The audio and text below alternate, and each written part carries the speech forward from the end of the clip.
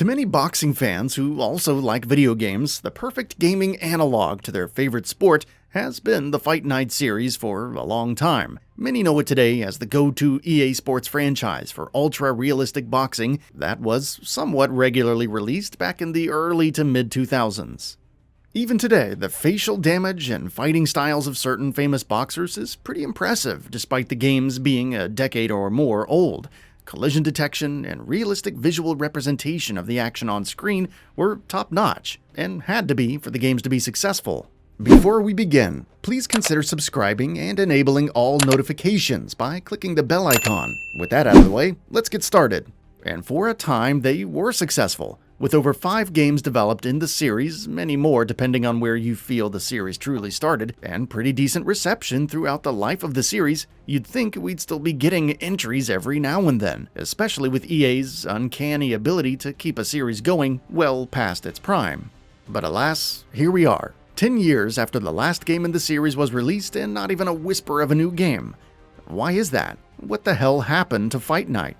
Most know the series for those 6th and 7th generation games, even though one could conceivably argue it really started back in the late 80s, with an Atari 7800 game of the same name. Fight Night for the 7800, Apple II, and Commodore 64 was a primitive but earnest attempt at a boxing game that basically just boiled down to timing.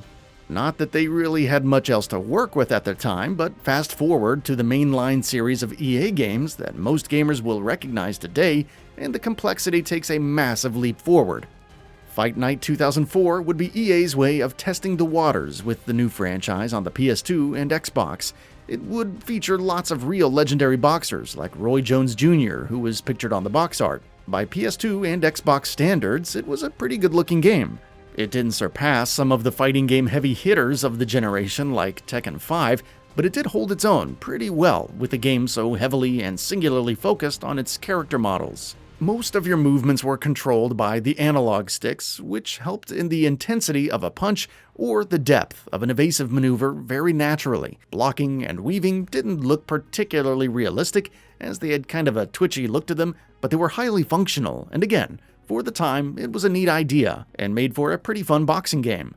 If Fight Night 2004's basic ideas seemed familiar to you at the time, then it's not déjà vu, it's because much of the game was built upon another boxing franchise that EA had been pushing out just a couple years before, Knockout Kings.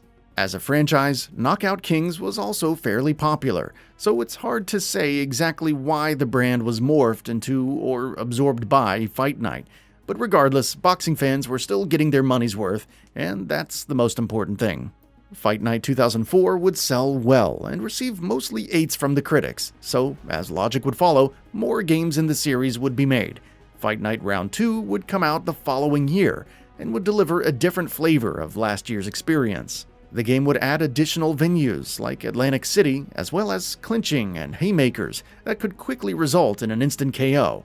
On top of that, they would add multiple more legendary boxers, like Muhammad Ali, Sugar Ray Robinson, Evander Holyfield, and Bernard Hopkins.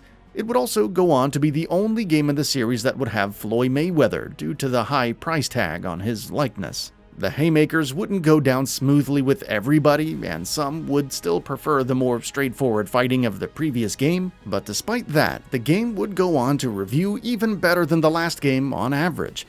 And with the game getting PS2, Xbox, and GameCube versions, it would sell extremely well too. Like clockwork, the following year would see Fight Night Round 3, which kept a lot of Round 2 intact, along with some modest advancements in graphics and detail. For most reviewers, that was enough, and the game would again get another slew of 8s and 9s across the reviewing community, despite not getting a GameCube version this time around. Fight Night Round 3 would still have more versions than any other entry in the franchise before it, with the game not only hitting the 6th generation, but also getting PSP, PS3, and Xbox 360 versions, which were tailored to those systems as well as they could be at the time. The PSP version didn't fare extremely well, given that it was by far the weakest platform the game would be on, and would feature the least amount of content of any version, but the 360 and PS3 versions were lauded for their excellent graphics and a first-person view mode that added some extra fun to the package. Some real-world advertising in the game certainly drove the experience down a bit for some, but most would agree not by much. Shockingly, Fight Night would take a break for a couple of years before seeing Round 4 release in 2009. This would be the first entry of the series that was unencumbered by needing versions for 6th-gen hardware, and it showed. Graphics were top-notch, with sweat and skin detail going through the roof on the PS3 and 360. Facial damage was more apparent and dynamic, and accuracy and timing were far more akin to a real boxing match than ever before. Outside of some clunky menus and long load times, this was a huge step up from Round 3 in just about every way. Instead of naming the next game Round 5, EA Sports seemed to like the sound of Fight Night Champion better, so that's what we got in 2011. The game would again feature the fantastic graphics and fighting acumen of the previous game, but now with an actual story mode and a real online mode that played out like actual tournaments for different weight divisions. The campaign was surprisingly good, with far more context and motivation behind each fight and each opponent. This really brought gravity to each fight and helped the game rise to yet another level of excellence for the series.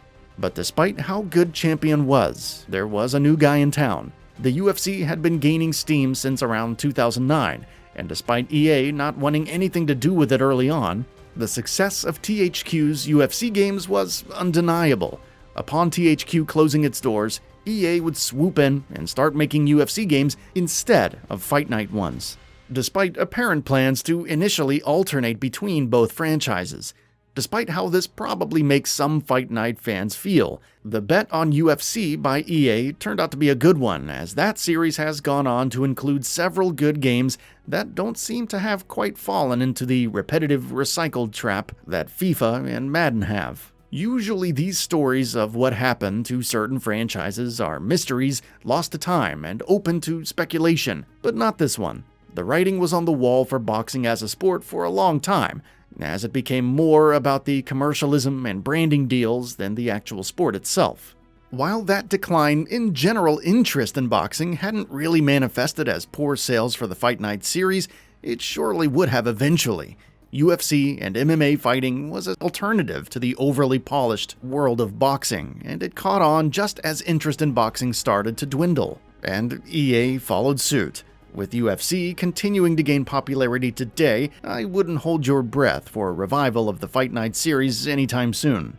Never say never, of course, but if I were a betting man, I'd say it's all but lights out for the Fight Night games. That's all for now. If you enjoy what you saw, please hit the like button. And if you're new to the channel, now is a great time to subscribe. We upload brand new videos every single day. After subscribing, don't forget to enable all notifications by clicking the bell icon. Thanks for watching this video, and we'll see you next time, right here on GamingBolt.